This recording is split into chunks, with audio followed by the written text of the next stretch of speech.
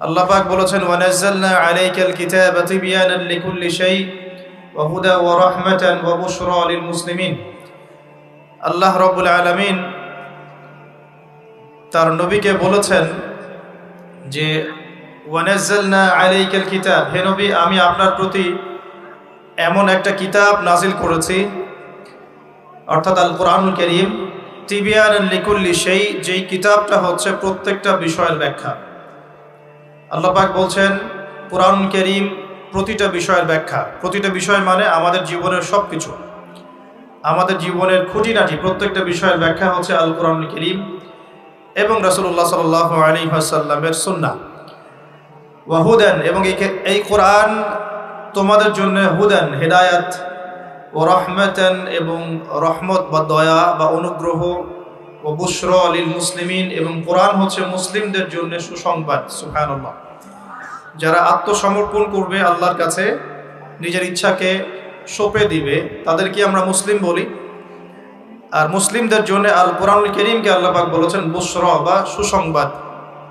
কোরআনকে আল্লাহ পাক এখানে চারটা বিষয় বলছেন। কোরআন হচ্ছে তিবয়ানান লিকুল্লি শাই, প্রতিটা বিষয়ের খুঁটিনাটি ব্যাখ্যা। 1, 2 কোরআন হচ্ছে হেদায়াত অর্থাৎ গাইডেন্স, যেটা পথ প্রদর্শন করবে আমাদেরকে ইনশাআল্লাহ তাআলা।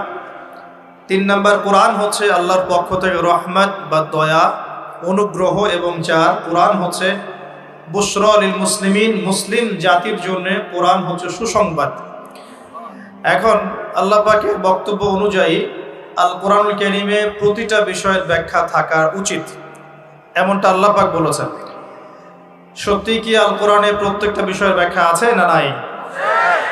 আমাদের ব্যক্তি জীবনের হেদায়াত কোরআনে আছে কি নাই? কিভাবে ইবাদত বন্দেগী করতে হবে, কালিমা, নামাজ, সওম, হজ, যাকাত, এই বিষয়গুলো কোরআনে বর্ণিত আছে না নাই? এখন যদি প্রশ্ন করি যে কোরআনের কোথায় বলা আছে যে এশার নামাজ 4 রাকাত হবে, কে উত্তর দিতে পারবে? কোরআনে কোথায় বলা আছে যে এশার নামাজ ফরজ নামাজ 4 রাকাত এবং ফরজ নামাজে 4 রাকাতে 8টা সেজদা করতে হবে? কোরআনে কোথায় আছে? আছে?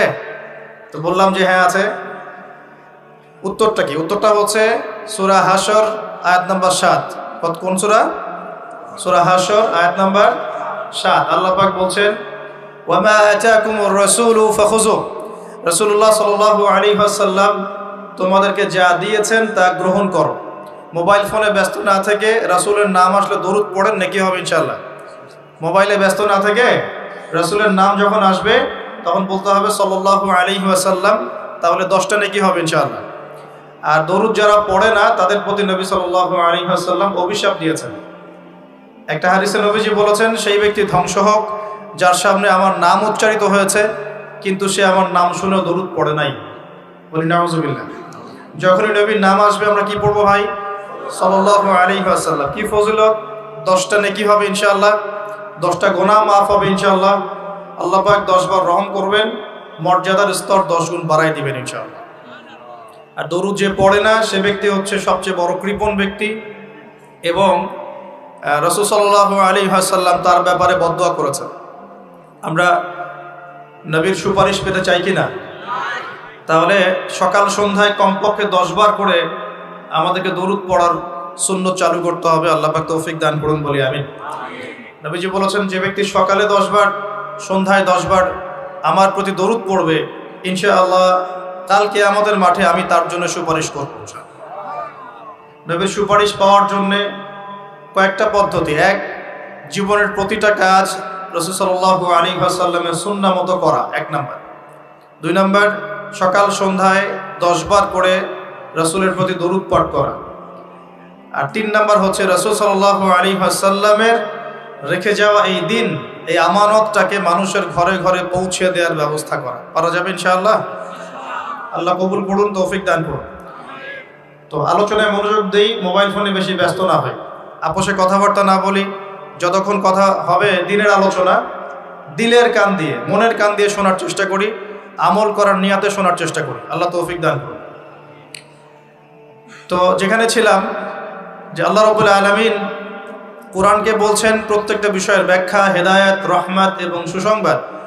তো আমরা প্রশ্ন করলাম কোথায় আছে যে এশার সালাত 4 রাকাত এবং 4 রাকাতে 8টা সেজদা করতে হবে। আসলে কুরআনুল কারীমের কোথাও বলা নাই এশার নামাজ 4 রাকাত।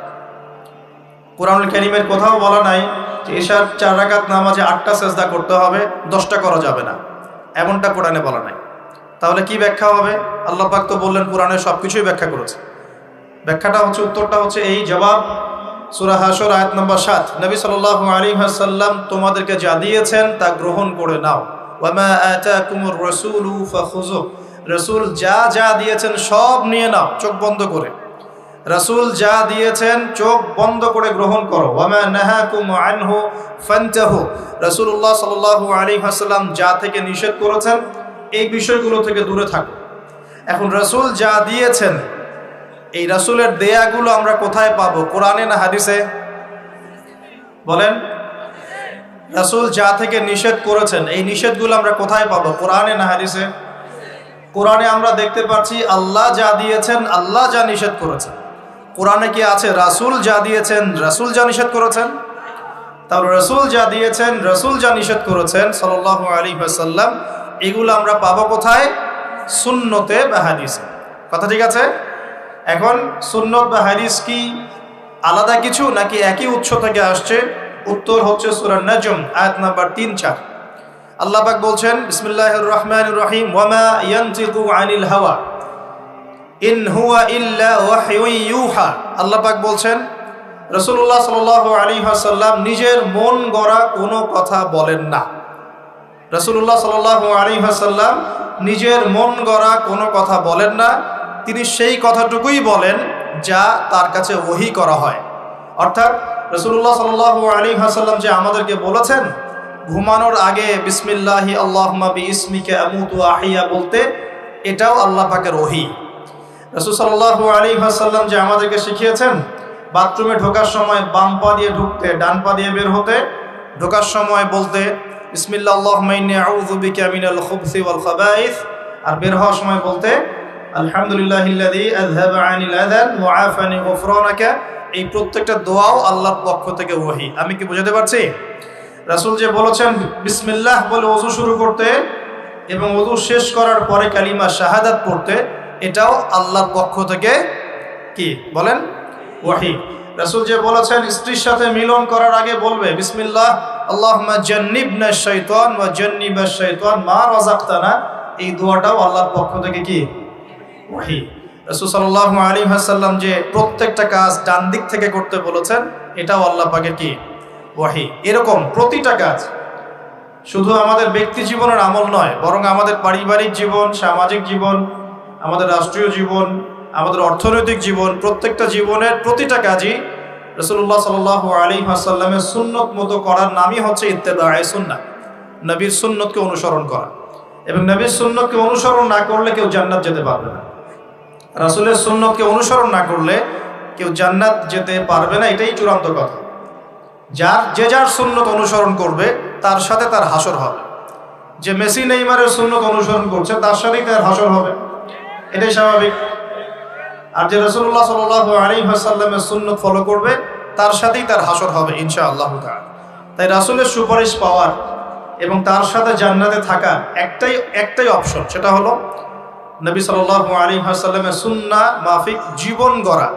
রাসূলের সুন্নাহ মাফিক শুধু নামাজ গড়া নয়, রাসূলের সুন্নাহ মাফিক শুধু দাড়ি রাখা নয়, রাসূলের সুন্নাহ মাফিক শুধু খাওয়া নয়, বরং জীবন গড়া। অর্থাৎ জীবনের সবগুলো কাজ রাসূলের সুন্নাহ মতো করার নাম হলো ইত্তেবায়ে সুন্নাহ। আমরা কি বোঝাতে পারছি? আল্লাহ পাক আমাদের সবাইকে জীবনের প্রত্যেকটা কাজ নবী সাল্লাল্লাহু আলাইহি ওয়াসাল্লামের সুন্নত মতো করার তৌফিক ইনায়াত করুন, সকলেই বলি আমিন। এখন আমাদের নবী সাল্লাল্লাহু আলাইহি ওয়াসাল্লাম এমন একটা সমাজে নবুয়ত পেয়েছিলেন, একটু বোঝার চেষ্টা করবেন, যেই সমাজের মধ্যে জাহেলিয়াত ভর্তি ছিল। জাহেলিয়াত মানে অজ্ঞতা, মানে মূর্খতা। প্রশ্ন হচ্ছে কিরকম জাহেলিয়াত ছিল? উত্তর, সেখানে মূলত 5টা জাহেলিয়াত ছিল। কয়টা? 5টা। 1 নাম্বার, আইয়ামে জাহেলিয়াতের মানুষগুলো সবাই ছিল মুশরিক, মানে শিরক করতো, শিরকের পাপে লিপ্ত ছিল। এখন মুসলিম সমাজের মধ্যেও কিন্তু শিরক করা হয় কি না? শিরক নিয়ে আলাদা লেকচার দেয়া আছে, দেখে নেবেন। শুধু আমি শর্ট করে বলছি যে মানুষের চিন্তার মধ্যে শিরক হয়, মানুষের কর্ম কাজের মধ্যে শিরক হয়, আর মানুষের কথা বা লিসানের মধ্যে শিরক হয়। যেমন চিন্তার মধ্যে শিরক, কেমন কেউ যদি মনে করে যে এই মহাবিশ্বের স্রষ্টা কেউ নাই, মহাবিশ্ব বিগ ব্যাং থেকে সৃষ্টি হয়েছে, সে চিন্তাগত একটা মুশরিক। আমার কথা কি বোঝা যাচ্ছে? এটা গেল চিন্তার ক্ষেত্রে। কেউ যদি মনে করে যে আল্লাহ সন্তান দিতে পারছেন না, কবরে শায়িত মানুষের কাছে চাইলে আমি সন্তান পাবো, এটা হলো আকীদাগত বা বিশ্বাসগত শিরক। এমনি কেউ যদি মনে করে হাতের আংটিটা খোলা যাবে না, আংটিটা খুললে আমার রোগ বেড়ে যাবে, তাহলে তার আকীদার মধ্যে শিরক আছে। আমি কি বোঝাতে পারছি ভাই? আমলগত শিরক হতে পারে, যেমন আল্লাহর জন্যে নামাজ পড়তে হয়, কেউ যদি মানুষকে দেখানোর জন্য নামাজ পড়ে, শিরক হয়ে যাবে। আল্লাহর জন্য কুরবানি করতে হয়, কেউ যদি মানুষকে দেখানোর জন্য কুরবানি করে, শিরক হয়ে যাবে। আল্লাহর সন্তুষ্টির জন্য দান সদকা করতে হয়, আর কেউ যদি মানুষের সুনাম পাওয়ার জন্য দান সদকা করে, কি হবে? শিরক হয়ে যাবে। এভাবেই কর্মগত মানুষ অনেক শিরক করে থাকে, এটা একটা ক্যাটাগরিজ। আরেকটা হলো কথা, লিসান, কথার মধ্যে অনেক শিরক হয়ে থাকে। যেমন কেউ যদি বলে যে ডাক্তারটা ভালো ছিল, না হলে আমার মাকে বাঁচানো যেত না, কথাটা বললে শিরক হয়ে যাবে। কেউ যদি কোনো জ্যোতিষী বা গণকের কাছে গিয়ে বলে যে আমার হাতটা একটু দেখে দেন, আমার ভবিষ্যতে কি আছে, কথা বলার সাথে সাথেই শিরক হয়ে যাবে। কেউ যদি বলে ড্রাইভারটা খুব ভালো ছিল, না হলে নির্ঘাত অ্যাক্সিডেন্ট হয়ে যেত, বলার সাথে সাথেই শিরক হয়ে যাবে। কেউ যদি এমনটাও বলে জনগণই সমস্ত ক্ষমতার উৎস, তাহলেও শিরক হয়ে যাবে। আমার কথা বলা আছে? সমস্ত ক্ষমতা কার আছে? এরকম কথার ক্ষেত্রে আমরা অনেক শিরক করে থাকি, আমরা এগুলো বুঝতে পারি না। তো আইয়ামে জাহিলিয়াত ছিল এরকম শিরকে ভরা একটা সমাজ। আমার কথা কি বুঝতে পারছেন? আইয়ামে জাহিলিয়াতের মানুষরা যে আল্লাহকে বিশ্বাস করতো না, বিষয়টা এমন না। আইয়ামে জাহিলিয়াতের মানুষরা আল্লাহকে ঠিকই বিশ্বাস করত, কিন্তু আল্লাহকে পাওয়ার জন্য ওসিলা পূজা করত, মাধ্যম পূজা করত, কবর পূজা করত, কোনো কোনো ক্ষেত্রে মৃত মানুষের পূজা করত, প্রকৃতি পূজা করত, আবার কেউ কেউ ছিল নাস্তিক। এরকম ছিল আইয়ামে জাহিলিয়া। তো আমি একটা দলিল দিচ্ছি যে আইয়ামে জাহিলিয়াতের মানুষরাও যে আল্লাহকে বিশ্বাস করত, তার সবচেয়ে বড় দলিল হচ্ছে আবু জেহেল নিজেই। আবু জেহেলের নাম শুনেছেন তো? আবু জেহেলকে এই উম্মতের কি বলা হয়? কে বলতে পারবেন? আবু জেহেলকে এই উম্মতের কি বলা হয়? ওয়াজ কি খালি শুনলেই হবে, নাকি একটু ধরে রাখতে হবে? কি বলা হয়? আইয়ামে জাহিলিয়াত একটা প্রবাদ ছিল, আবু জেহেলকে বলা হতো আবুল হাকাম, মানে জ্ঞানের পিতা। কিসের পিতা? জ্ঞানের পিতা। কিন্তু ইসলাম আসার পরে যখন সে ইসলাম কবুল করে নাই এবং সত্যকে চিনেও প্রত্যাখ্যান করেছে, তখন নবী সাল্লাল্লাহু আলাইহি ওয়াসাল্লাম বলেছিলেন আবু জেহেল হচ্ছে এই উম্মতের ফেরাউন। কে? ফেরাউনের নাম শুনেছেন কিনা? ফেরাউন কে ছিল? এই বিশ্বের সবচেয়ে প্রতাপশালী শাসক। সে কি ভালো ছিল না জালেম ছিল? ক্ষমতা চিরদিন থাকে না থাকে না? থাকে। ফেরাউনের যে শক্তিধর ওই সময় বিশ্বের কেউ ছিল? আজকে ফেরাউনের কোনো অস্তিত্ব আছে? আছে, তার লাশটা পড়ে আছে। তার লাশটা আছে না? 1897 সালে তার লাশটা আবিষ্কৃত হয়েছে। কত সালে? 1897 সালের দিকে তার লাশটাকে আল্লাহ পাক শুটকি বানিয়ে রেখে দিয়েছেন। কেন রেখেছেন এই দলিলটাও কোরআনে আছে। ওই যে বললাম কোরআন সব কিছুর ব্যাখ্যা করেছে। ফেরাউনের লাশ কেন সংরক্ষণ করা হয়েছে এর দলিলও কোরআনে আছে। আল্লাহ বলেছেন যাতে করে তুমি, আজ আমি তোমার এই দেহটাকে সংরক্ষণ করব, যাতে করে তোমাকে পরবর্তীদের জন্য নিদর্শন রূপে রাখা যায়। তাহলে ফেরাউন কাদের জন্য নিদর্শন হয়ে আছে? ফেরাউনের পরে যারা জালেম হিসেবে আসবে এই পৃথিবীতে, সেই জালেমদের জন্য ফেরাউনের লাশটা নিদর্শন হয়ে আছে। কিন্তু মানুষ নিদর্শন গ্রহণ করতে রাজি নয়, মানুষ শিক্ষা গ্রহণ করতে রাজি নয়। ফেরাউন কি আম কোনো ব্যক্তি ছিলেন না শাসক ছিলেন? তাহলে আম ব্যক্তিদের জন্য তিনি যতটা না বড় নিদর্শন, শাসকদের জন্য বড় নিদর্শন। যারাই পৃথিবীতে শাসন ক্ষমতার বলে জুলুম করবে, তাদের জন্য ফেরাউন একটা নিদর্শন হয়ে থাকবে কিয়ামত পর্যন্ত। থাকবে কি না? লিতাকুনা লিমান খালফাকা আয়া, আল্লাহ বলেছেন যাতে করে তুমি পরবর্তীদের জন্য নিদর্শন হতে পারো, এই কারণে তোমার লাশটাকে আমি সংরক্ষণ করেছি। আল্লাহ পাক এটাও বলেছেন কিন্তু বেশিরভাগ মানুষই আমার নিদর্শন সম্পর্কে গাফেল। বাস্তবতা তাই নয় কি? আচ্ছা, এখন ফেরাউনদের মতো বড় বড় জালেম নাই সারা বিশ্বে? তাদের জন্য নিদর্শন না শিক্ষা না? এটা শিক্ষা। দেখুন আবু জেহেলকেও এই উম্মতের ফেরাউন বলা হতো। কেন? কারণ সে সত্যকে চিনেও প্রত্যাখ্যান করেছে। তাকে বদরের যুদ্ধে হত্যা করা হয়েছে। দুইজন ছোট ছোট কিশোর তাকে হত্যা করেছে। দুইজন মুআজ, দুজন কি? এই মুয়াজ নাম জানতেন? মুয়াজ নাম বরকতময় নাম। দুই মুয়াজ সিরাতের গ্রন্থ পড়ে দেখবেন, আর রাহিকুল মাখতুম। দুইজন মুয়াজ, ছোট ছোট বাচ্চা যাদের বয়স 10 থেকে 15-র মধ্যে, 10 থেকে 15। এই দুই ভাই মিলে আবু জেহেলকে হত্যা করেছে। সুবহানাল্লাহ। এরপর আব্দুল্লাহ বিন মাসউদ রাদিয়াল্লাহু আনহু তিনি তার গর্দানটা কেটে রাসূলের সামনে উপস্থাপন করেছিলেন। সুবহানাল্লাহ। ওই গর্দান দেখে নবী সাল্লাল্লাহু আলাইহি ওয়াসাল্লাম বলেছিলেন যে এই হচ্ছে এই উম্মতের ফেরাউন। আবু জেহেলকে এই উম্মতের বলেন ফেরাউন। এখন আবু জেহেলের দলিল কি দিচ্ছি? আবু জেহেল যখন বদরের যুদ্ধ করতে গিয়েছিল তখন সে আগে যুদ্ধের মাঠে যায় নাই, সে আগে গিয়েছে কাবা ঘরে। কোথায় গিয়েছে? কাবা ঘর তখনও ছিল কি না? কাবা ঘর তখনও ছিল, এবং মানুষ তখনও হজ করত। বলতে পারেন যে কিরকম করে হজ করত? সেই হজের সিস্টেম আর আমাদের সিস্টেম এক ছিল না। তারা দাবি করতো যে তারা ইব্রাহিম আলাইহিস সালামের সুন্নাহ ফলো করছে, তারা দাবি করত। এই দাবির উপর ভিত্তি করে তারা কাবা ঘরের ভিতরে 360টা মূর্তি ঢুকিয়েছিল। কয়টা? 360টা। এই মূর্তিগুলোর মধ্যে ইব্রাহিম আলাইহিস সালামের মূর্তিও ছিল, ইসমাইল আলাইহিস সালামের মূর্তিও ছিল। আসলে তারা তো আর জানতো না তারা কেমন দেখতে। তারা কি জানতো? একটা কাল্পনিক স্ট্যাচু তারা গঠন করেছিল এবং তার কাছে তারা সেজদা করত। তাদের ধারণা ছিল ইব্রাহিম আলাইহিস সালাম তো ভালো মানুষ, ভালো মানুষ না, তার কাছে চাইলেই আল্লাহর কাছে চাওয়া হবে। এমনটা আমাদের এখানে অনেকে মানুষের আকীদা আছে না, যে অনেক কবরে চলে গেছে মানুষ, তাদের আকীদা হচ্ছে এই মানুষ অনেক বুজুর্গ ছিল, তার কাছে চাইলেই আল্লাহর কাছে চাওয়া হয়। আকীদা একই কি না? এগুলো শিরকি আকীদা। চাবেন কার কাছে? সরাসরি কার কাছে?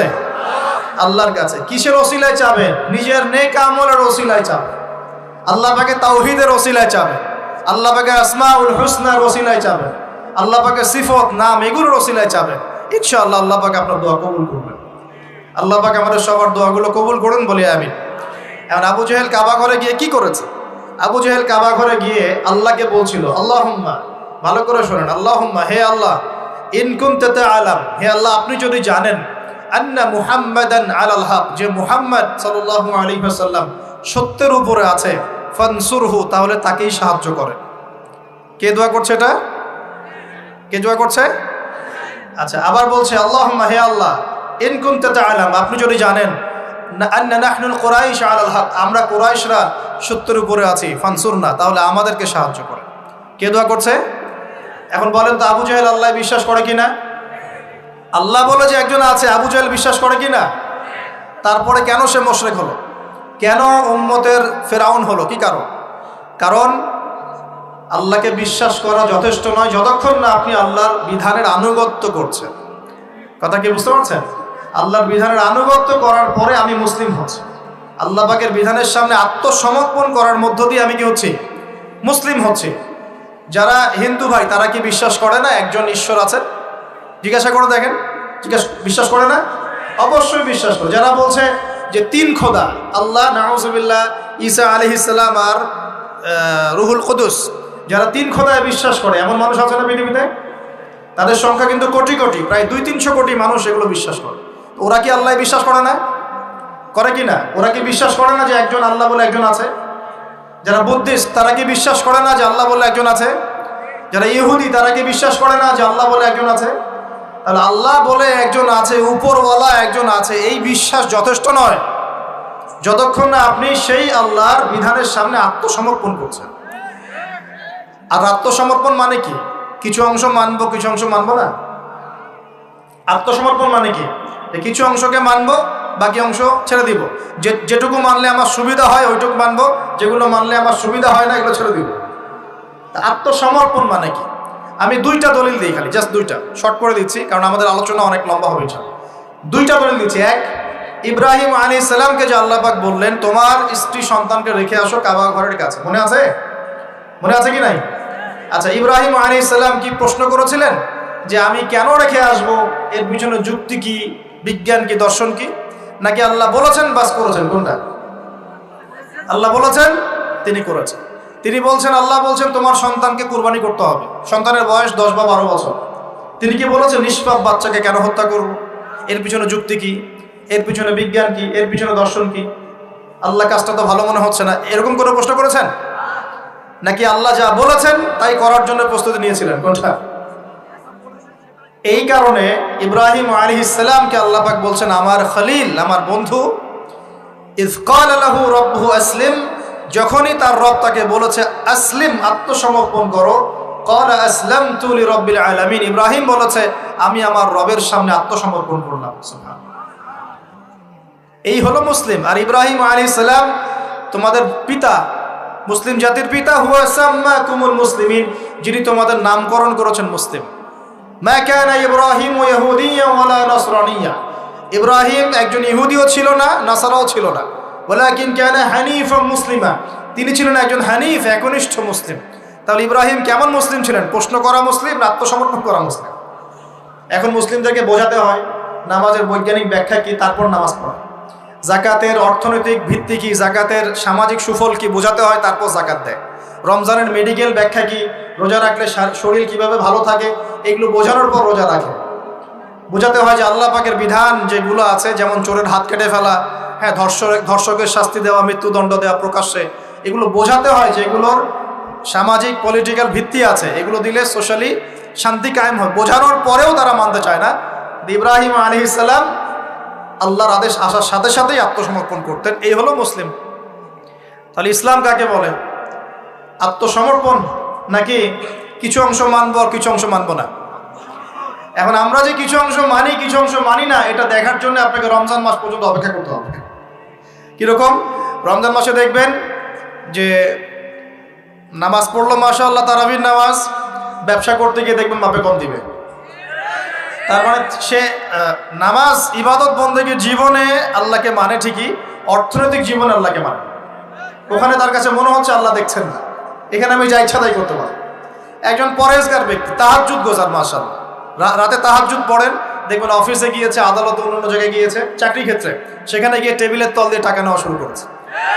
তো তার ধারণা যে এইখানে আল্লাহ তাকে দেখছে না, নামাজে আল্লাহ তাকে দেখছে।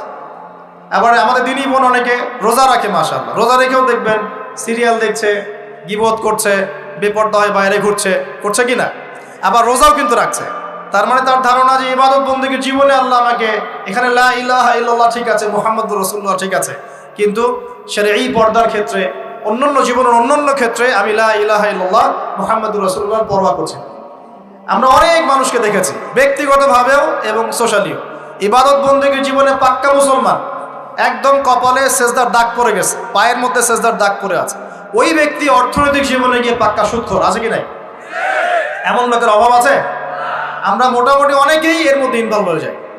আমরা একটা জিনিস বোঝাতে ব্যর্থ হচ্ছি, এবং এই মাহফিলের সিজনে এই একটা দাওয়াতই আমি দেওয়ার চেষ্টা করেছি, সেটা হলো নিজেকে এবং আপনাদেরকেও, যে ইসলাম আংশিক কোনো জীবন ব্যবস্থা নয়। ইসলামের মধ্যে প্রতিটা বিষয়ের হেদায়েত আছে। আমি মানতে পারি না পারি, আগে আমাকে আত্মসমর্পণ তো করতে হবে নাকি? আমি হয়তো মানতে পারছি না, আমি জানি এই যুগে 100% ইসলাম পালন করা এত সহজ নয়। এটা কথা বলা সহজ, কিন্তু কাজ করা এতটা সহজ নয়। যদি করতে চাই পাহাড়ে চলে যাওয়া লাগবে, পাহাড়ে গরু ছাগল চড়াইতে হবে, ওখানে একদম ফিতনামুক্ত পরিবেশে নিজের চাষবাস করে খাইতে হবে, ছাগলের দুধ ধোয়া খাইতে হবে, ওখানে আজান দেওয়া লাগবে, একার মধ্যে আজান নামাজ পড়া লাগবে, ফিতনা থেকে দূরে থাকা লাগবে, তাহলে 100% পালন করতে পারবো হয়তো। এই সমাজে, এই সামাজিক ব্যবস্থায় থেকে 100% ইসলাম পালন করা, যে বলবে সে মিথ্যা কথা বলছে। আমি যদি বলি আমি মিথ্যা কথা বলছি। 100% ইসলাম পালন করা এই যুগে এত সহজ নয়, এত সহজ নয়। কিন্তু আমি জানি সহজ নয়, কিন্তু আমরা তো নিয়াত করতে পারি নাকি, যে আল্লাহ আমি বিশ্বাস করি কোরআন এবং সুন্নাহই চূড়ান্ত, এবং এর মধ্যেই জীবনের সব কিছুর হেদায়েত আছে।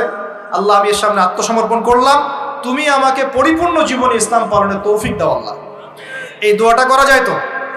ইন্নামাল আমালু কি? ইন্নামাল আমালু বিন্নিয়াত। কাজের ফলাফল ডিপেন্ড করে কিসের উপরে? নিয়াতের উপর। তো নিয়াতটা করি ইনশাআল্লাহ। এখন নামাজ পড়তে পারছি, কালকে দাড়িও রাখবো ইনশাআল্লাহ। কালকে দাড়ি রেখেছি, পাক্কা মুসল্লি হয়েছি, ফরজ আদায় করছি, কালকে সুন্নত নফলও পড়বো ইনশাআল্লাহ। নামাজ ঠিক হয়ে গেছে আলহামদুলিল্লাহ, তাহাজ্জুদ পর্যন্ত পড়ছি। আমার অর্থনৈতিক জীবনে সুদও ছাড়বো ইনশাআল্লাহ, ঘুষও ত্যাগ করবো ইনশাআল্লাহ, অন্যের সম্পদ আত্মসাৎ করাও বন্ধ করবো ইনশাআল্লাহ, দুর্নীতি বন্ধ করবো ইনশাআল্লাহ। আজকে আমি মুসল্লি হয়েছি, আমার পরিবারে পর্দাও কায়েম করবো ইনশাআল্লাহ। আমার পরিবার ঠিক আছে ইনশাআল্লাহ, আমি সামাজিক দায়িত্ব পেয়েছি, আমি আমার সাধ্যমতো সমাজে ইসলাম প্রতিষ্ঠার চেষ্টা করবো ইনশাআল্লাহ। চেষ্টা তো করতে হবে, আল্লাহ পাক চেষ্টা দেখবেন।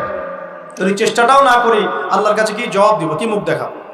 আমাদের সবাইকে নবী সাল্লাল্লাহু আলাইহি ওয়াসাল্লামের সামনে মুখ দেখাতে হবে না? একবার দেখাতে হবে ইচ্ছায় হোক আর অনিচ্ছায় হোক, আর একবার দেখাতে হবে ঐচ্ছিকভাবে। বুঝাচ্ছি কিভাবে? ইচ্ছায় হোক আর অনিচ্ছায় হোক কোথায়? কবরে। কোথায়? সবাইকে দেখানো হবে। আমি আপনি এভরিবডি, সবাই দেখবে আমাদের নবী মুহাম্মদ সাল্লাল্লাহু আলাইহি ওয়াসাল্লামের এই নুরানি চেহারা সবাই দেখবে ইনশাআল্লাহ। আল্লাহ পাক প্রশ্ন করবেন, ফেরেশতাদের মাধ্যমে প্রশ্ন করাবেন, মান হাযার রাজুল বুইসা ফীকুম, এই ব্যক্তিকে যাকে তোমাদের কাছে পাঠানো হয়েছে। পৃথিবীতে যদি আমরা রাসূলের সুন্নাহ মতো চলতে পারি বা চলার চেষ্টা করি, ইনশাআল্লাহ সেই ব্যক্তি বলতে পারবে যে তিনি হচ্ছেন রাসূলুল্লাহ সাল্লাল্লাহু আলাইহি ওয়াসাল্লাম। আমি আল্লাহর কিতাব পড়ে জেনেছিলাম যে তিনি আল্লাহর রাসূল সাল্লাল্লাহু আলাইহি ওয়াসাল্লাম। আর যারা দুনিয়াতে চেষ্টা পর্যন্ত করবে না তারা কি উত্তর দিতে পারবে? তাই মনে হয়। আর একবার হচ্ছে ঐচ্ছিক। এটা কেমন? রাসূল সাল্লাল্লাহু আলাইহি ওয়াসাল্লাম হাউজে কাউসারের সামনে দাঁড়িয়ে থাকবেন। আকাশের তারা যত বেশি তার চেয়ে বেশি হবে পানপাত্র, গ্লাস। তো নবী সাল্লাল্লাহু আলাইহি ওয়াসাল্লাম সবাইকে হাউজে কাউসারের পানি পান করাবেন। ওই দিন অন্য কোনো ব্র্যান্ডের পানি চলবে না, শুধু হাউজে কাউসারের পানি চলবে। মাম পানি, প্রাণ পানি এসব পানি নাই, শুধু হাউজে কাউসারের পানি। কথা বুঝতে পারছো? কোনো ড্রিঙ্কস নাই, সফট ড্রিঙ্কস, হার্ড ড্রিঙ্কস কোনো ড্রিঙ্কস নাই, শুধু কি হাউজে কাউসারের পানি। এই পানি ছাড়া কোনো পানি নাই। এই পানি যে খাবে, এই যে 50,000 বছরের সমান দিন, কিয়ামতের দিন, এই দিনে সে ইনশাআল্লাহ পিপাসার্ত হবে না। সে আর কোনোদিনও পিপাসার্ত হবে না।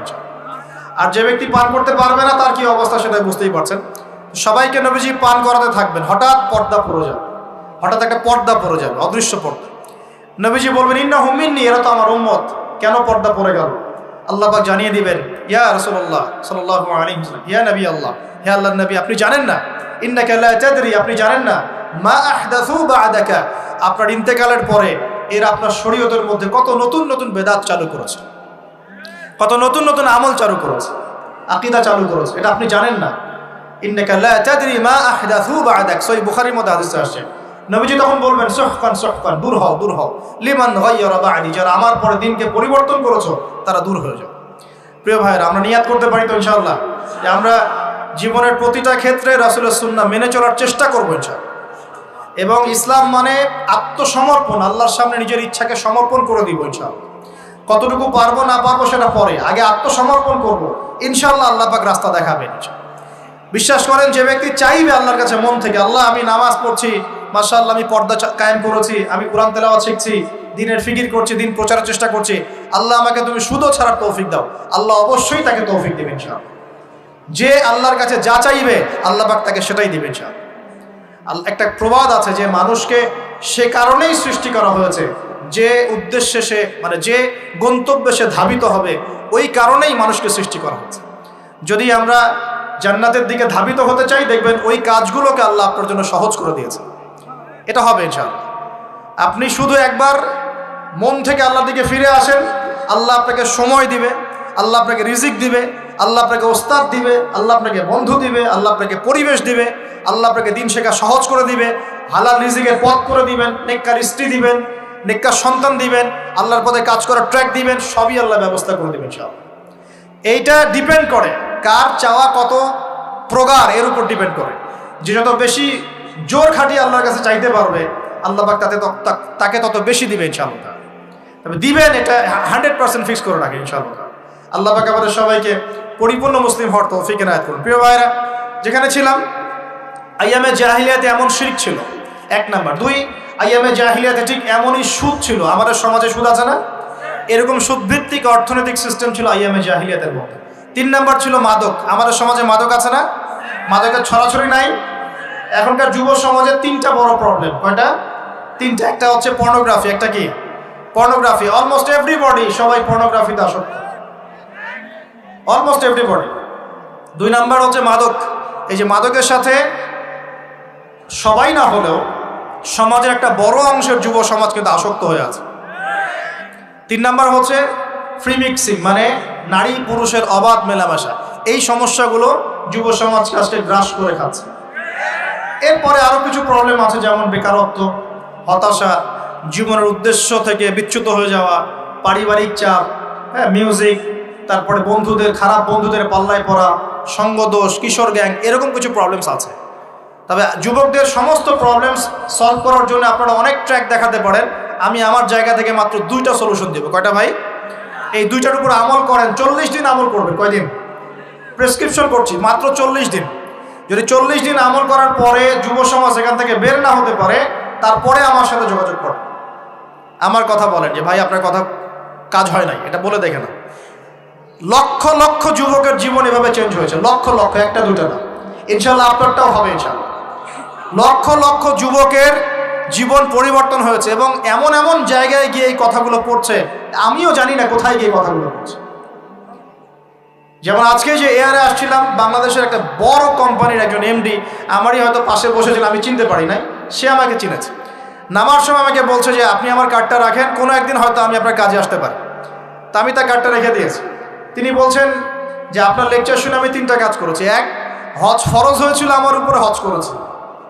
2, আমি বড় একটা সুদী কোম্পানির মধ্যে ছিলাম, আমি সুদের সমস্ত সম্পদ দান করে দিয়েছি। সুদ তো ছেড়ে দিয়েছি, সুদের সমস্ত সম্পদও দান করে দিয়েছি। আর 3 নাম্বার, নামাজে গাফেল ছিলাম, নামাজ ধরেছি। তো আমি কিন্তু তাকে চিনিও না এবং তিনি কত বড় কোন কোম্পানির এমডি তাও জানি। এরকম নিঃসন্দেহে এই কথাগুলো লক্ষ লক্ষ কোটি কোটি মানুষের কলিজার মধ্যে আসার করবে ইনশাআল্লাহ তাআলা। আমি জাস্ট 2টা সলিউশন বলবো, অনেক বেশি কথা বলবো না। প্রিয় যুবক ভাই, আপনার সলিউশন এই বেকারত্ব, মাদক, মেয়ের প্রতি আসক্তি, হ্যাঁ, হতাশা, চাকরি না পাওয়া, এই যে ব্যাপারগুলো, পারিবারিক চাপ, হ্যাঁ, তারপরে আপনি মাঝে মাঝে হয়তো একটু এগ্রেসিভলি একটু গুন্ডাগার্দি করছেন, নাউজুবিল্লাহ, এই যে প্রবলেমসগুলো, এগুলো সলভ আপনাকে 2টো জিনিস করবে। 1, আপনি জাস্ট 5টা ওয়াক্ত নামাজ জামাতে পড়ার চেষ্টা করুন। একটা 5 ওয়াক্ত মানে 5 ওয়াক্তই, মানে আপনাকে ফজরে উঠতে হবে, এশার নামাজও পড়তে হবে। ফজরে উঠতে হলে যদি আপনাকে সারা রাত জেগে থাকতে হয় তাহলে জেগে থাকবেন, যদি আর্লি ঘুমাতে হয় তাহলে আর্লি ঘুমাবেন। 2টা সলিউশন। মানে এখন তো অনেকেই রাত চলে যায় 3টা, 3:30, 4টা পর্যন্ত জেগে থাকে, কারণ এখন তো দিন রাত হয়ে গেছে, রাত দিন হয়ে গেছে, তাই না? এটা ক্ষেত্র বিশেষে জায়েজ হতে পারে, কিন্তু সবসময় এটা করা যাবে না। যেমন রমজান মাস, দেখা যায় রাতের বেলা অনেকে ইবাদত করে না, একবারে ফজরের নামাজ পড়ে হয়তো জিকির আজকার তেলাওয়াত করে মানুষ ঘুমায়, এটা আলাদা বিষয়, কিন্তু সারা জীবন তো এই কাজটা করা যাবে না, যাবে তো আর্লি ঘুমানোর চেষ্টা করা ভালো। যদি না পারেন, যদি আপনার রাত জাগতেই হয়, তাহলে ফজরের নামাজটা পড়ে অ্যাটলিস্ট ঘুমাবেন, ঠিক আছে? 1 নাম্বার, 5 ওয়াক্ত নামাজ জামাতে, যদি জামাত না পান বাসায়, যদি জামাত না পান তাহলে পরবর্তীতে কাউকে নিয়ে জামাত করে নেবেন। একবারই পান নাই, ঘুমিয়েছিলেন, কোনো সফরও ছিলেন বা ইত্যাদি, আপনি একা হলেও পড়ে নেবেন। 5 ওয়াক্ত নামাজ ছাড়বেন না, ওয়াদা করেন আজকে 5 ওয়াক্ত নামাজ কেউ ছাড়বেন না, ওয়াদা করেন। আল্লাহ পাক কবুল করুন, বলি আমিন। এই নামাজ, ইন্না সালাতা তানহা আনিল ফাহশাই ওয়াল মুনকার, আল্লাহ পাক নিজে বলেছেন এই নামাজ সমস্ত পাপের কাছ থেকে তোমাকে দূরে রাখবে ইনশাআল্লাহ, ইনশাআল্লাহ। আর একটা কথা মনে রাখবেন, যে এই নবীর শান শওকত নিয়ে আমরা আলোচনা করেছি এবং করতে যাচ্ছি।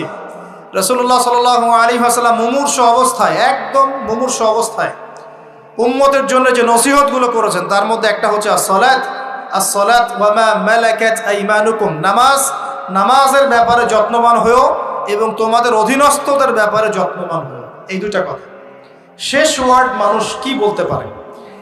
আপনার বাবা যখন ইন্তেকাল করেছেন, হয়তো শেষ কথা বলেছেন তোর মাকে দেখিস, ঠিক আছে, তোর বোনদেরকে দেখিস, বাবা আমার এই বিষয়গুলো আমি ছেড়ে গেলাম, তুই দেখিস। আচ্ছা, আছে না এমন মা? অনেকে চলে গেছে, মা শেষে বলেছে বাবা ছোট বোনটাকে দেখিস। আপনি লাস্ট কথাকে কত বেশি গুরুত্ব দিয়েছেন? যাদের পিতামাতা চলে গেছে এবং শেষ সময় তারা কাছে থাকার সৌভাগ্য ছিল, তারা কিন্তু বুঝতে পারে শেষ কথার কত গুরুত্ব আছে কি নাই, গুরুত্ব আছে কি নাই। শেষ কথা মানুষ সবচেয়ে কঠিনভাবে মনে রাখে কি না? নবী সাল্লাল্লাহু আলাইহি ওয়াসাল্লাম আমাদের সবার নেতা, আমাদের নবী, আমাদের আদর্শ, আমাদের সবচেয়ে উসওয়াতুল হাসানা, যাকে আল্লাহ পাক এই পুরো রাহমাতুল লিল আলামিন হিসেবে সৃষ্টি করেছেন। উম্মতের সমস্ত কবিরা গুনাহগার মানুষের জন্য সুপারিশ করে আল্লাহর হুকুমে তাদেরকে জান্নাতে নিয়ে যাবে ইনশাআল্লাহ। সবাই যখন নিজেকে নিয়ে ব্যস্ত থাকবে, তিনি তখন উম্মতকে নিয়ে ব্যস্ত থাকবেন ইনশাআল্লাহ। একটা হাদিসে তিনি উম্মতকে ভাইও বলে সম্বোধন করেছেন। কাশ আমি যদি আমার ভাইদেরকে দেখতে পেতাম, হাদিসটা সহিহ, কাশ আমি যদি আমার ভাইদেরকে দেখতে পেতাম। সাহাবীরা বলছেন আমরা কি আপনার ভাই নই? নবীজি বলছেন না, তোমরা আমার সাহাবী। আমার ভাই তারা যারা আমার পরে আসবে, তোমাদের পরে আসবে, আমাকে না দেখেই ঈমান নিয়ে আসবে ইনশাআল্লাহ। এখানে কি আপন ভাই বোঝানো হচ্ছে? সেটা বোঝানো হচ্ছে না। এখানে বোঝানো হচ্ছে কাছের, আমার আত্মার সাথে সম্পর্ক ওদের। আমাকে না দেখেই তারা আমার প্রতি বিশ্বাস করবে ইনশাআল্লাহ, করবে কি না? আমরা কি দেখেছি নবীকে? এই মহান ব্যক্তিত্ব জীবনের শেষের দিকে আমাদেরকে নসিহত করেছেন, আসসালাত আসসালাত, নামাজ ধরে রাখো, নামাজ ধরে রাখো। বসেন। ওয়ামা মালাকাত আইমানুকুম, এবং তোমাদের অধীনস্থদের ব্যাপারে সতর্ক থাকো। অধীনস্থ মানে কি? অধীনস্থ মানে কি বলেন দেখি? আপনার স্ত্রী আপনার অধীনে থাকে? সন্তান সন্ততি অধীনে থাকে? থাকে না? থাকে। কোন কোন ক্ষেত্রে পিতা মাতাও কি আমাদের অধীনে থাকে না? মানে আমরা আর্ন করতে পারি, পিতা মাতা আর্ন করতে পারেন, উপার্জন করতে পারে না। পিতা মাতাকে চালানো লাগে না আপনাদেরকে অনেক সময়, হয় কি না? অধীনস্থ মানে আপনার আন্ডারে যে মানুষরা আছে, এই মানুষদের ব্যাপারে, তাদের হকের ব্যাপারে সতর্ক থাকবে। কে বলেছেন এটা? আচ্ছা, এখান থেকে নামাজের গুরুত্ব বুঝতে পারলাম কি? যুব সমাজের সলিউশন 1 নাম্বার, 5 ওয়াক্ত নামাজ জামাতে পড়ার চেষ্টা করবেন। আল্লাহ পাক তৌফিক এনায়েত করুন, বলি আমিন। 2 নাম্বারটা হচ্ছে, আমার সামনে একটা কিতাব আছে, কিতাবটার নাম কি? সবাই পড়তে জানি ইনশাআল্লাহ? কারা কারা পড়তে জানেন না অনেস্টলি হাত তোলেন দেখি। জানেন না? আপনারাই জানেন না? আচ্ছা ঠিক আছে, বসেন, শরমের কিছু নাই। যারা জানেন না ওয়াদা করেন যে আগামী রমজান মাসে, এই রমজান মাসের মধ্যেই কোরআন তেলাওয়াত করা শিখব ইনশাআল্লাহ।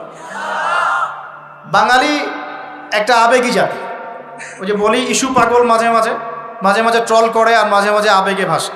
আমাকে বলেন দেখি, আল কোরআনের আলো ঘরে ঘরে জ্বালো, এই স্লোগান তুললেই বাংলার জমিনে একদম ইসলাম কায়েম হয়ে যাবে? কখন ইসলাম কায়েম হবে? যখন আল কোরআনের আলো ঘরে ঘরে জ্বলবে। কখন? যখন প্রত্যেকটা ঘরে ঘরে একটা করে কোরআনওয়ালা মানুষ থাকবে।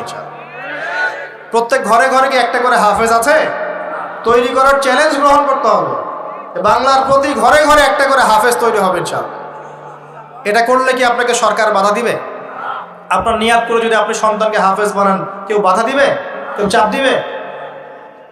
আমরা তো চতুর মুসলিম। কেমন চতুর মুসলিম?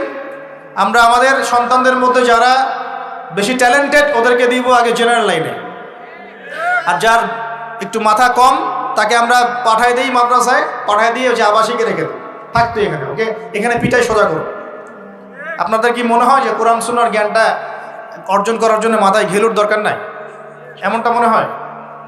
কোরআন এবং সুন্নাহর জ্ঞান অর্জন করতে সবচেয়ে বেশি প্রজ্ঞা লাগে, সবচেয়ে বেশি মাথা কাটাতে হয়, সবচেয়ে ট্যালেন্টেড ছেলেটাকে দেওয়া লাগতো কোরআন। আমরা উল্টা চলি। এই কারণে দেখা যায় যে কোরআন সুন্নাহ হাতে নিয়েও আমরা এখন ওয়ার্ল্ড অ্যাফেয়ার্সকে ডিল করতে পারছি না, আমরা ওয়ার্ল্ডকে চ্যালেঞ্জ করতে পারছি না। কেন? আল্লাহ রাব্বুল আলামিন আমাদের সবাইকে কোরআন শেখার তৌফিক দান করুন। আল কোরআনের আলো ঘরে ঘরে জ্বলবে তখনই যখন ইনশাআল্লাহ তাআলা আপনাদের প্রত্যেকের ঘরে একটা করে কোরআনওয়ালা মানুষ তৈরি হবে ইনশাআল্লাহ। পারা যাবে তো ইনশাআল্লাহ? নাকি কোরআন সুন্নাহ খালি আলেম ওলামাদের চর্চা করেই হবে? আপনাদের পড়ারও দরকার নাই, জানারও দরকার নাই, বোঝারও দরকার নাই। কোনটা? ব্যাপারটা কেমন? কোরআন কি শুধু আল্লাহ পাক আলেমদের জন্য পাঠিয়েছেন, নাকি শুধু মুসলিমদের জন্য পাঠিয়েছেন, না পুরো মানব জাতির জন্য? পুরো মানব জাতির জন্য আল্লাহ কোরআন পাঠিয়েছেন। ওয়াদা করা যাবে ইনশাআল্লাহ? যুব সমাজ ইনশাআল্লাহ আমরা কোরআন তেলাওয়াত তো শিখবই, অর্থ বুঝবো ইনশাআল্লাহ। রাজি আছি ইনশাআল্লাহ? এই রমজান মাসে আল কোরআন 1 খতম দিবেন ইনশাআল্লাহ। প্রত্যেক দিন 1 পারা করে তেলাওয়াত করার চেষ্টা করবেন, আল্লাহ তৌফিক দান করুন। আর যারা আমরা তেলাওয়াত করতে পারি, আমরা চেষ্টা করব আলিফ লাম মিম থেকে একদম মিনাল জিন্নাতি ওয়ান নাস পর্যন্ত অর্থ সহ পড়ার জন্য। পারবো তো ইনশাআল্লাহ?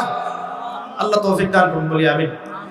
যেটা বলছিলাম, আইয়ামে জাহিলিয়াতে এই প্রবলেমসগুলো ছিল, আপনাকে আমি আস্তে আস্তে এখন মেরাজের দিকে নিয়ে যাচ্ছি। আইয়ামে জাহিলিয়াতের প্রবলেমস কি বললাম? 1 নাম্বার কি ছিল ভাই? শিরকের পাপ। 2 নাম্বার বলেন আমার সাথে, রিবা মানে সুদ। 3 নাম্বার মাদক, যেটা আমাদের সমাজে আছে কি নাই? 4 নাম্বার হচ্ছে মেয়েদের অবমাননা। নারী জাতিকে সেখানে খুব একটা মূল্যায়ন করা হতো না। আপনাদের কি মনে হয় এখন খুব মূল্যায়ন করা হয়? এখন খুব মূল্যায়ন করা হয় না? এখন মূল্যায়ন করা হয় ঠিকই, কিন্তু তাদের দেহটাকে কিসে মূল্যায়ন করা হয়? এই দেহটাকেই মূল্যায়ন করা হয়, তাদের ডিগনিটি, তাদের সম্মানকে মূল্যায়ন করা হচ্ছে না। আমরা কত বড় ভণ্ড দেখবেন, নারী অধিকারের কথা বলি কিন্তু পতিতালয়গুলোকে বন্ধ করি না। আমরা যদি সত্যি তাদেরকে ভালোবেসে থাকি, তারা যদি আমাদের সমাজের অংশ হয়, আমাদেরই কারো মা, কারো বোন, কারো আত্মীয় হয়ে থাকে, তাহলে আমরা কি আমাদের অর্থ দিয়ে তাদেরকে কর্মসংস্থানের ব্যবস্থা করে দিতে পারতাম না? কয়জন এই কাজটা করেছে? কয়জন এই কাজটা করেছে বা করার হিম্মত দেখাচ্ছে? ওদেরকে রেখেও দিবে, তাদেরকে ভোগও করবে, করে আবার ওদের অধিকারের আন্দোলনও করবে। কত বড় ভণ্ড জাতি চিন্তা করবে। আমরা একটু নিয়াত করতে পারি তো, আমরা আমাদের অর্থ সম্পদ থেকে আমরা প্রয়োজনে আমাদের পলিটিক্যাল পাওয়ার কাজে লাগিয়ে, আমাদের এখানে যারা অনেস্ট মেম্বার, চেয়ারম্যান, এমপি সাহেব থাকবেন, তাদের পলিটিক্যাল পাওয়ারটাকে কাজে লাগিয়ে আমরা আমাদের এলাকাগুলোর মধ্যে সমস্ত অনৈতিক কাজগুলো বন্ধ করে দেব এবং ওই মেয়েদেরকে আমরা ভালো কোনো কর্মসংস্থানের ব্যবস্থা করে দিব। দেখবেন কোনোদিনও শেষের চাই এই পথে পা বাড়াবেন ইনশাআল্লাহ। কোনো মেয়ের কি এই কাজ করতে ভালো লাগে আপনার মনে হয়? কোনো মেয়ে চায় না যে সম্মান বিক্রি করে খেতে হবে, হয়তো পেটের দায়ে বা সামাজিক অন্ধকার জগতে পা বাড়িয়ে দালালের খপ্পরে পড়ে, বা এই যে নারী লিপ্সু কিছু পুরুষ মানুষের খপ্পরে পড়ে এই পথে চলে গেছে। এরা যদি আমাদের আত্মীয় হতো, আমাদের বংশের কেউ হতো, আমাদের কারো মা, কারো বোন, কারো স্ত্রী হতো, তাহলে কি আমরা সমাজে মুখ দেখাতে পারতাম? আমরা কি পশ্চিমা হয়ে গেলাম নাকি? পশ্চিমাদের সমাজে এগুলো জায়েজ। পশ্চিমা সমাজে একটা মানুষ, একটা ছেলে বিয়ের আগে 15-20টা মেয়ের সাথে সেক্স করে, জানেন এগুলা? রিপোর্ট দেখেন, পশ্চিমা সমাজে প্রতি 6 মিনিটে একটা করে মেয়ে ধর্ষিত হয়। ফ্রি মিক্সিং পর্নোগ্রাফি ওখানে জায়েজ। $92 বিলিয়ন ব্যবসা করে এক বছরে তারা পর্ন ইন্ডাস্ট্রির মধ্য দিয়ে। রিসার্চ করে দেখেন, ওদের ওখানে সমকামিতা বৈধ, ছেলের সাথে জেনা করতে পারে না। এমনি কি ভূমিকম্প আসে? এইসব পাপের কারণেই তো আসে। আল্লাহর আযাব গজব কি এমনি আসে? এইসব কারণেই তো আসে। আর এই পাপগুলো তো আমরা এখন আমাদের সমাজে এগুলো জায়েজ করে নিচ্ছি না।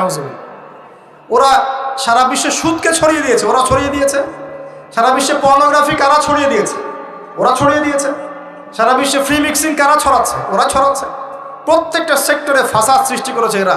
এই জন্য বলি আমি মাঝে মাঝে যে ইয়াজুজ আর মাজুজ আছে না, দুটা প্রজাতি, এদের খাসলত চরিত্র এদের মধ্যে পাওয়া যায়। ইয়াজুজ আর মাজুজ সারা বিশ্বে ফাসাদ সৃষ্টি করবে। সূরা কাহফ পড়ে দেখেন, ইন্না ইয়াজুজ ওয়া মাজুজ মুফসিদুনা ফিল আরদ। ইয়াজুজ আর মাজুজ সারা পৃথিবীতে ফাসাদ, ফিতনা ছড়াই দিবে। এরা কি সারা পৃথিবীতে ফিতনা ছড়াই দেয় নাই? আমি কিন্তু বলছি না যে এরা ইয়াজুজ মাজুজ, আমি কিন্তু এই কথা বলি। বলছি ইয়াজুজ মাজুজের চরিত্র এদের মধ্যে পাওয়া যায়। বিশ্বের প্রত্যেকটা জায়গায় ফাসাদ সৃষ্টি করে দিয়েছে। কখন কোন দেশকে কোন দেশের সাথে লাগাই দেওয়া যাবে, কার মধ্যে ফিকশন লাগে অস্ত্র বিক্রি করা যাবে, কোথায় কোন খনি আছে দখল করা যাবে, কোথায় কোন মুসলিম আছে ওদেরকে বোম্বিং করা যাবে, কোথায় কারাগারে নিয়ে মুসলিমদেরকে টর্চার করা যাবে, শান্তিপূর্ণ মুসলিম কান্ট্রির মধ্যে কেমন করে জঙ্গি ইস্যু তৈরি করা যায়, সারাদিন এই ফিকির করে বেড়ায় সাত মাথা। এখন সবকিছু বাদ দিয়ে এখন শিক্ষাক্ষেত্রে মাথা ঢোকানোর চেষ্টা করছে। তো এখন দেখেন, আমরা কি পশ্চিমাদের দাসত্ব করব? আমাদের সামনে কোরআন সুন্নাহ নাই। আমরা যদি আমাদের মেধা, আমাদের ঐক্য, আমাদের সম্পদকে কাজে লাগাতে পারি, ওরা আমাদের দাসত্ব করবে ইনশাআল্লাহ। আপনাদের কি মনে হয় এগুলো শুধু স্লোগান দিচ্ছে? 1150 বছর 1200 বছর এই বিশ্বটাকে মুসলিমরা শাসন করেছে। ইতিহাস পড়ে দেখেন না একটু। রাসূল সাল্লাল্লাহু আলাইহি ওয়াসাল্লামের নবুয়ত থেকে নিয়ে, এই মক্কা বিজয় থেকে নিয়ে প্রায় 1100-1200 বছর এই বিশ্বটাকে শাসন করেছে মুসলিমরা। এই ইতিহাসগুলো মুসলিম যুবকদেরকে কারা শেখাবে, কারা বলবে, কে মনে করাই দিবে? বিগত 100 বছরে আজকে আমাদের এই অবস্থা হয়েছে। কেন হয়েছে? এই যে বললাম, আমরা তাওহীদ থেকে সরে আসছি, সুন্নত থেকে সরে আসছি, আমরা এখন মাদকের পিছনে ছুটছি, আমরা নামাজ ছেড়ে দিয়েছি, কোরআন ছেড়ে দিয়েছি। এই যে দেখেন কতজন মানুষ হাত তুললো যে কোরআন পড়তে পারে না। অথচ সাহাবীদের যুগে মনে হয় মশাল নিয়ে একজনকে খুঁজে পাওয়া যাবে না যে কোরআন পড়তে পারে। ওই যে আপনার আন্দালুসের একটা ঘটনা আছে, বাদশাহ মেয়ের বিয়ে দিবে, এখন সবাইকে বলেছে যে আমি মেয়ের বিয়ে দিব, ছেলে খুঁজতেছি। এখন আমি চাই যে একজন হাফেজে কোরআন ছেলের সাথে আমার মেয়ের বিয়ে দিব। যাদের ঘরে হাফেজে কোরআন ছেলে আছে সবাই রাত্রেবেলা মশাল জ্বালাবে, একটা করে মশাল জ্বালিয়ে রাখবে। এখন বাচ্চা রাতের বেলা গভীর রাতে এই টাওয়ারের উপর উঠেছে, উঠে দেখে তার রাজ্যের প্রতিটা বাসায় মশাল জ্বলছে, মানে সবাই কোরআনে হাফেজ। পরের দিন শর্ত দিল যে সবাই তো কোরআনে হাফেজ, এখন আমি কার সাথে আমার মেয়ের বিয়ে দেব? কোরআনের মুফাসসির যারা তার সাথে দেব। পরের দিন যখন উনি টাওয়ারে উঠেছেন, দেখেন যে সব ঘরে মশাল জ্বলছে, এখন সবাই কোরআনে তাফসীর করতে যাবে। তারপর দিন আরও কঠিন শর্ত দিয়েছে যে হাদিসের উপর গবেষণা কারা করেছে, হাদিস বেত্তা কারা, এবার কোরআন হাফেজ, তাফসীর এবং হাদিস জানে কারা। এবার দেখা গেছে অর্ধেক আলো জ্বলতেছে, পুরো দেশের অর্ধেক আলো জ্বলতেছে। এইভাবে প্রায় 8-10টা ধাপে ধাপে তিনি জামাই সিলেক্ট করেছেন। জামাই পেতে এত কষ্ট, সবাই ভালো মানুষ, এর মধ্যে ভালো কোথায় খুঁজে বের করি। তো দেখেন আমরা যে ইসলাম থেকে সরে আসছি এই কারণে আজকে বিগত 100 বছরে আমাদের এই অবস্থা হয়েছে। আল্লাহ পাক আমাকে এবং আপনাদের সবাইকে 5 ওয়াক্ত নামাজি বানায় দেন, দোয়া করে এই নবীর সুন্নতের পাবন বানিয়ে দেন, পরিপূর্ণ ইসলাম পালনের তৌফিক দান করেন এবং পরিস্থিতি বুঝে ইসলামকে নিয়ে মধ্যম পন্থা এগিয়ে যাওয়ার তৌফিক দান করেন এবং শৈথিল্যতাবাদীও হবেন না, চরম পন্থাও যাবেন। এই দুটো পথই খারাপ। এগ্রেসিভলি কিছু করে কোনো লাভ নেই। আর আপোষে একটা কান্ট্রির মধ্যে, রাষ্ট্রের মধ্যে আপোষে মারামারি কাটাকাটি করে কোনো ফায়দা নেই, বরং উম্মার ঐক্যটা নষ্ট হয়ে যায়। বরং সবার জন্য শুভ কামনা রাখবেন, সবাইকে সবার জন্য দোয়া করবেন। কারো যদি ভুল হয় সেটাকে গঠনমূলকভাবে মন থেকে মহব্বত নিয়ে ধরায় দেওয়ার চেষ্টা করতে হবে। আল্লাহ রাব্বুল আলামিন আমাদের সবার মধ্যে ঐক্য দান করুন, বলি আমিন। এইরকম সমস্যায় জর্জরিত সমাজে আরেকটা প্রবলেম ছিল গোত্রীয় হানাহানি। 5টা প্রবলেম হচ্ছে: 1 শিরক, 2 নাম্বার মাদক, 3 নাম্বার সুদ, 4 নাম্বার মেয়েদের অবমাননা, আর 5 নাম্বার হচ্ছে আপনার গোত্রীয় হানাহানি, মানে মারামারি কাটাকাটি করতো তারা। এই প্রবলেমসগুলো কি এখনকার যুগে নাই? এখনকার বিশ্বে নাই?